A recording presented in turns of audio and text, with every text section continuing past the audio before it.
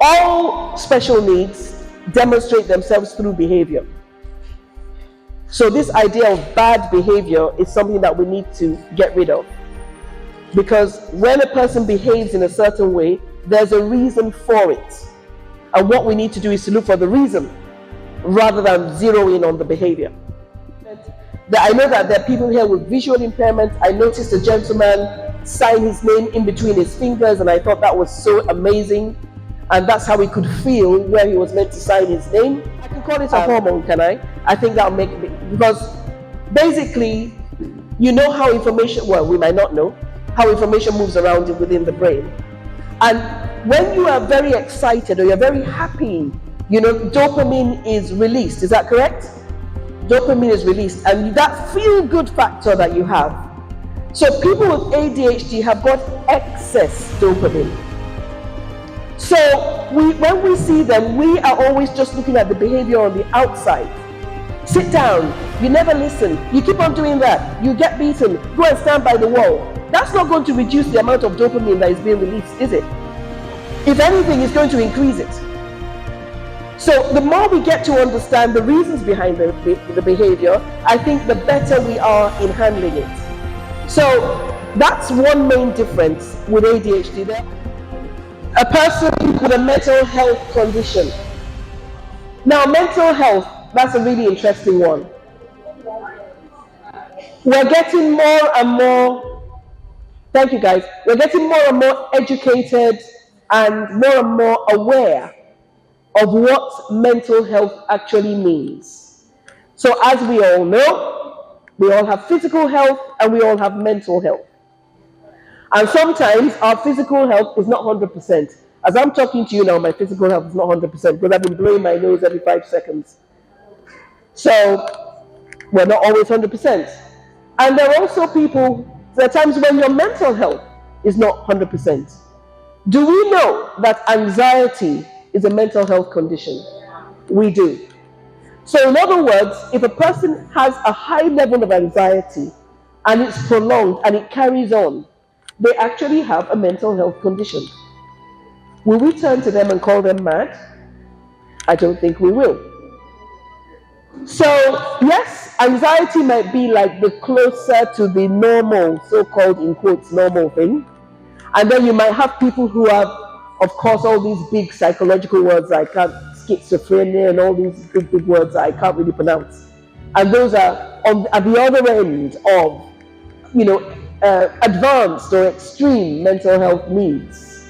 Whatever the case may be, we wouldn't want to find one word that is derogatory and label them with that word. Thank you. We've looked at inclusion, we've looked at special education needs policies, we've looked at the reason why it's really important for us to identify where the problem really is through looking at a social model of SEN rather than a medical model. We recognize that there might be some useful things in the medical model.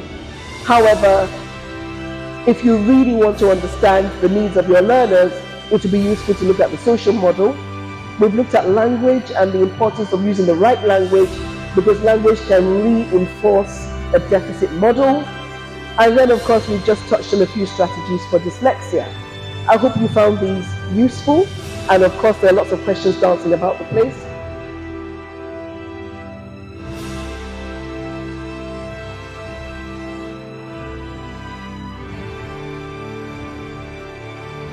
When we teach children something, we want them to understand it. And I think, apart from them understanding, what's the memory bit to do with it? What's memory about? Why do we bother with memory? We talk about memory sticks, don't we? I have an SD card, I have a memory stick. What does our memory do? Ma'am? It retains information. So memory retains information, isn't it? And of course, as we know, a lot of technology is... So, a few things I want you to get from this. When you're teaching your children something, they are processing it in their brains, and the first port of call for processing it is their working memory, which used to be called short-term memory.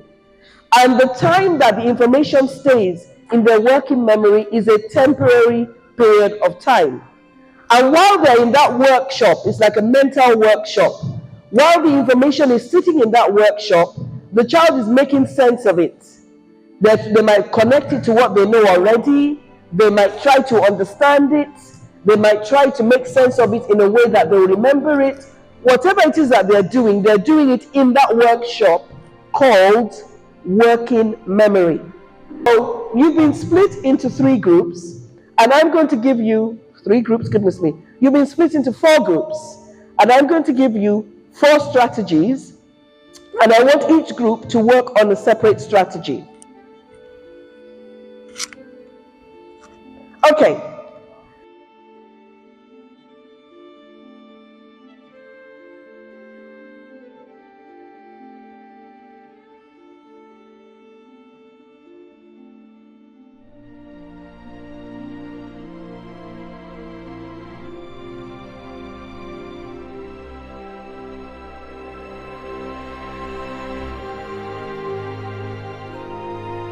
We'll do first is to spell forward.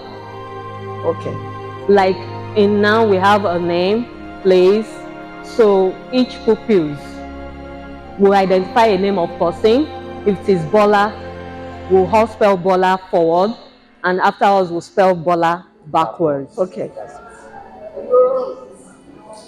T-A-B-L-E. Backward. E-L.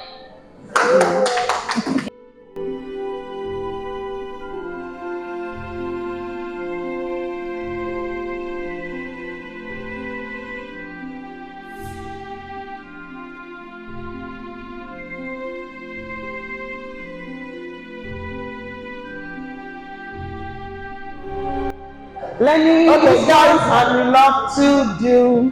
Guys, please. I would love. Lenny's fun, I would love to do. Lenny's fun, I will say. Okay, good afternoon, everybody.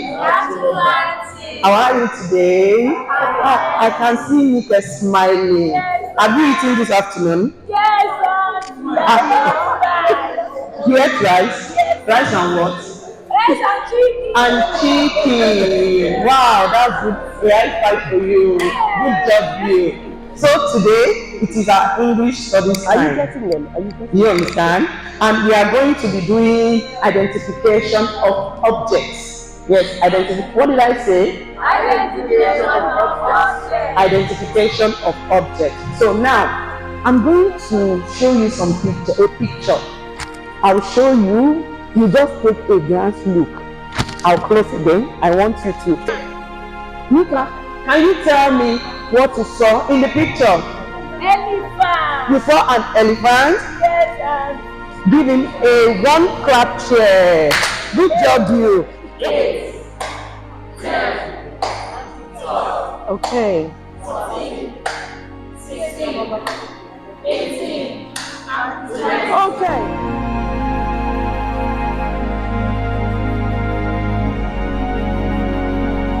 Right. Do you know your father's what?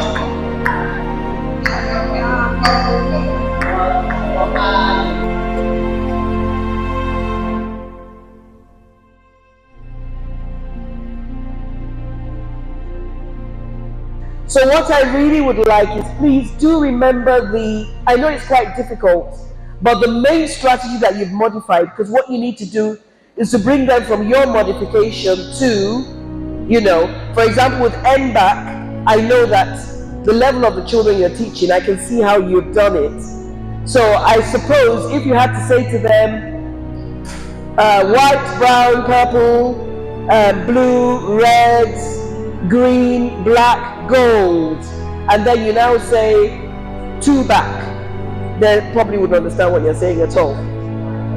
You see what I'm saying? They might not understand what you're saying. So that's the reason why you've broken it down in this way. But can you imagine if you can now get certain students among them, maybe because they've now learned the numbers, to now say 2 back, and then the person says, which one is 2 back? The gold has disappeared, black, and that kind of a thing.